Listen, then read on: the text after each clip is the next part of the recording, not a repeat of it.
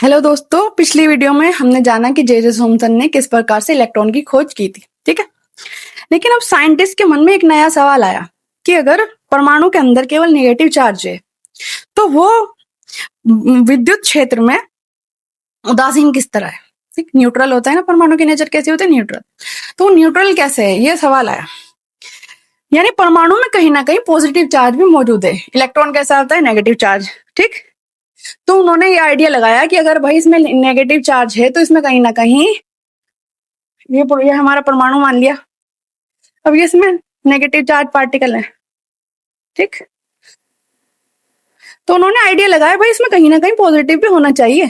ठीक, तभी तो ये उदासीन होगा, वरना कैसे होगा उदासीन। ठीक, ये उन्होंने आइडिया लगाया। तो इसी का जवाब खोजते खोजते वैज्ञानिक, एक साइंटिस्ट है यूजन गोल्डस्टीन, उनके पास पहुंचे और उन्होंने यहीं से प्रोटॉन की खोज के बारे में जानने की कोशिश की। ठीक, तो आज के हम टॉपिक में समझेंगे गोल्डस्टीन का कैनाल एक्सपेरिमेंट, ये वाला। ठीक, ये क्या है, गोल्डस्टीन का कैनाल एक्सपेरिमेंट, और प्रोटॉन की खोज, और जे जे थॉमसन का परमाणु मॉडल। ठीक, चलिए शुरू करते हैं। गोल्डस्टीन कौन थे? सबसे पहले हमें भाई जिसने खोज की उसके बारे में जानना चाहिए, तो हम सबसे पहले बात करेंगे गोल्डस्टीन के बारे में। गोल्डस्टीन कौन थे? गोल्डस्टीन एक जर्मन वैज्ञानिक थे। उन्होंने सन 1886 में कैथोड रे ट्यूब में थोड़ा बदलाव किया।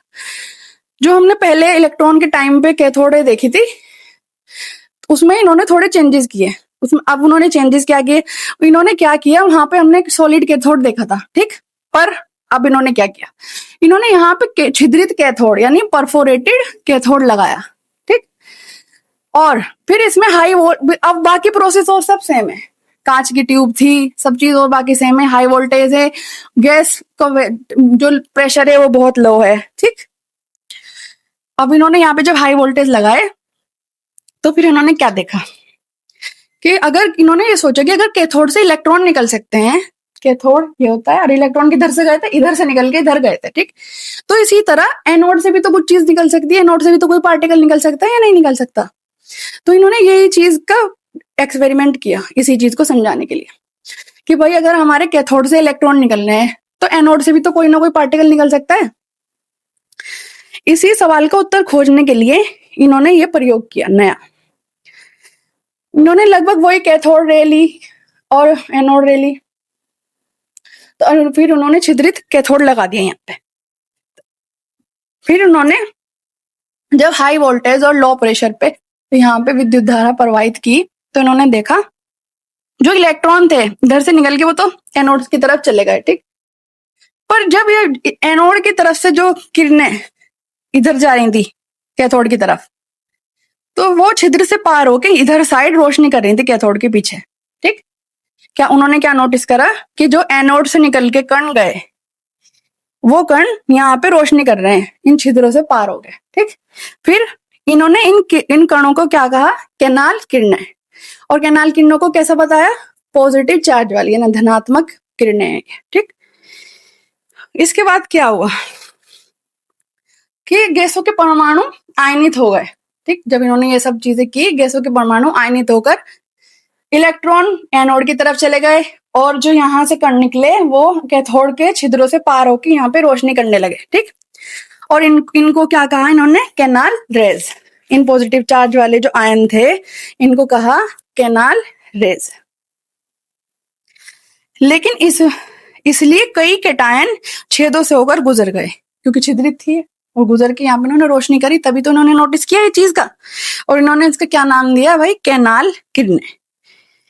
यह इनको एनोड रेज भी कहा जाता है, क्योंकि एनोड की तरफ से गई तो इनको इन्होंने क्या नाम दिया, एनोड रेज या पॉजिटिव रेज, धनात्मक किरणें। ठीक, अब इनके कैनाल किरणों की कुछ खास विशेषताएं हैं। क्या वो क्या है कि पॉजिटिव चार्ज वाली होती है। ठीक, पॉजिटिव चार्ज, क्योंकि पॉजिटिव चार्ज की तरफ गई ना, पॉजिटिव चार्ज वाली होती है ये,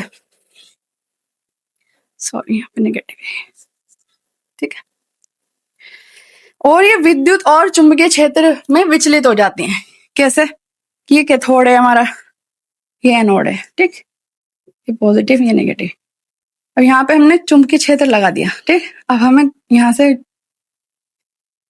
ये गुजरेंगी तो ये ऐसे सीधी नहीं जाके ऐसे मुड़ जाएंगी। ठीक, ऐसे, यानी इनमें विचलन आ गया। ये जो यहाँ पे मुड़ी ना, इनको क्या बोलते हैं, विचलन। ठीक, और इनका द्रव्यमान इलेक्ट्रॉन से बहुत अधिक होता है।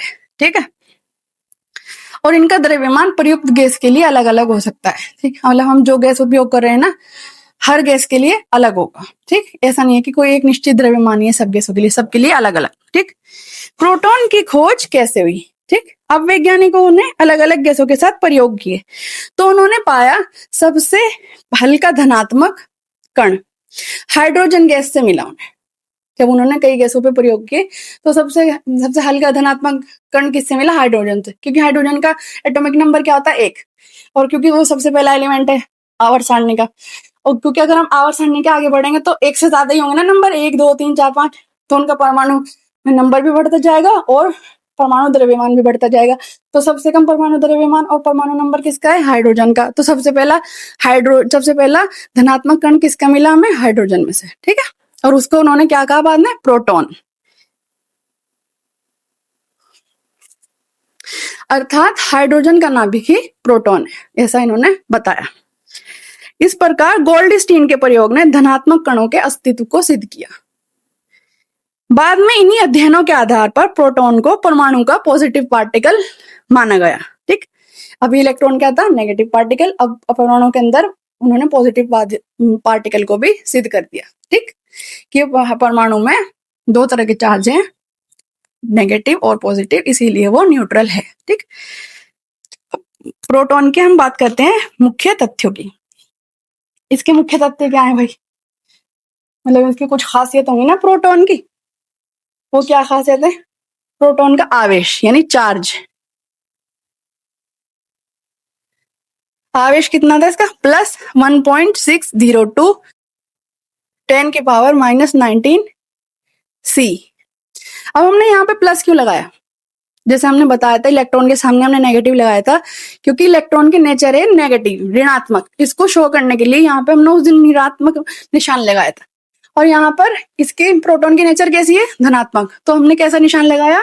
पॉजिटिव चार्ज का। ठीक है, अब इसका द्रव्यमान कितना होता है? द्रव्यमान, ये याद रखना कि ये इलेक्ट्रॉन से ज्यादा भारी होता है। 1.672 इंटू 10⁻⁻27 kg। ठीक है, अभी ये इलेक्ट्रॉन से 1836 गुना भारी होता है। ठीक है, इलेक्ट्रॉन की तुलना में प्रोटॉन 1836 गुना भारी होता है। ठीक है, अब प्रश्न आया कि अगर परमाणु में धनात्मक प्रोटॉन भी है और ऋणात्मक इलेक्ट्रॉन भी है, तो वो देखने में कैसा होगा? परमाणु का आकार कैसा होगा? ठीक है, तो इसका उत्तर किसने दिया? जे थॉमसन ने। जे थॉमसन ने फिर 1904 में दोबारा इस पे एक्सपेरिमेंट किया, और उन्होंने अपना पहला परमाणु मॉडल प्रस्तुत किया। तो उन्होंने क्या बताया कि आप ऐसा सोचिए कि आपके पास तरबूज है। ठीक है, क्या है आपके पास? तरबूज। भाई आपके पास है तरबूज। ठीक है, इसको हमने आधा काट दिया, तो फिर तरबूज कुछ ऐसा ही दिखेगा। ठीक है, और ये तरबूज के अंदर का रेड जोन, लाल होता है ना अंदर से तरबूज। ठीक है, तो वही है तरबूज के अंदर का हिस्सा।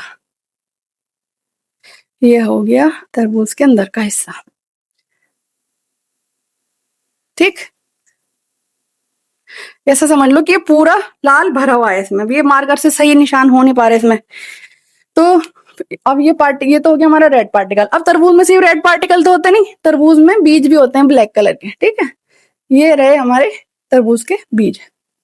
अब इन्होंने इस मॉडल से क्या सिद्ध किया ऐसा बता के, इन्होंने बताया कि जो रेड जोन दिख रहा है ये क्या है?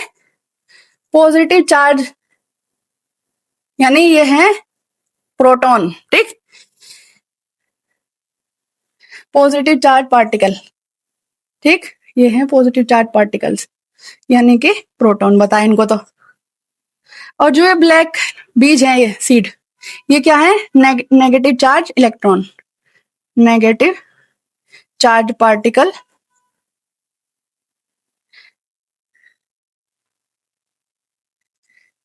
यानी कि इलेक्ट्रॉन, ऐसा इन्होंने बताया। ठीक है,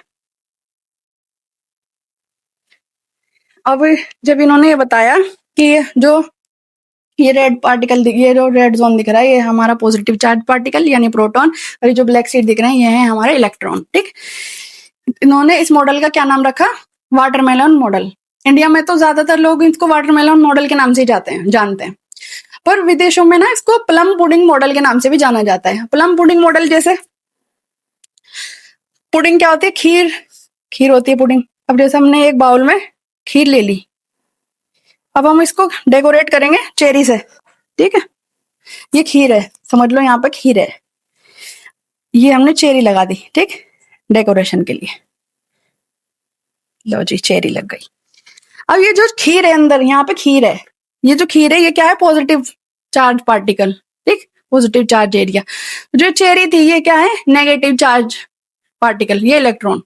तो वहां पर इन विदेशों में इसको प्लम पुडिंग के नाम से जाना जाता है, प्लम पुडिंग मॉडल, और इंडिया में और इसको जाना जाता है वाटरमेलन मॉडल के नाम से। ठीक है, ज्यादातर बुक में या एग्जाम में वाटरमेलन मॉडल के नाम से ही आता है। ठीक है, अब इस मॉडल को बनाने का उद्देश्य क्या था, इस मॉडल को बनाने का उद्देश्य उनका यह था कि परमाणु में पॉजिटिव और नेगेटिव चार्ज बराबर रूप से फैले हुए, ऐसा उन्होंने बताया। ठीक, हालांकि ऐसा नहीं होता, ये बात आगे चल के गलत साबित हो गई। ठीक है, अब इन्होंने जो मॉडल दिया ये वाटरमेलन मॉडल, इसमें कुछ कमियां थी। अब वो कमियां क्या थी, चलिए जानते हैं।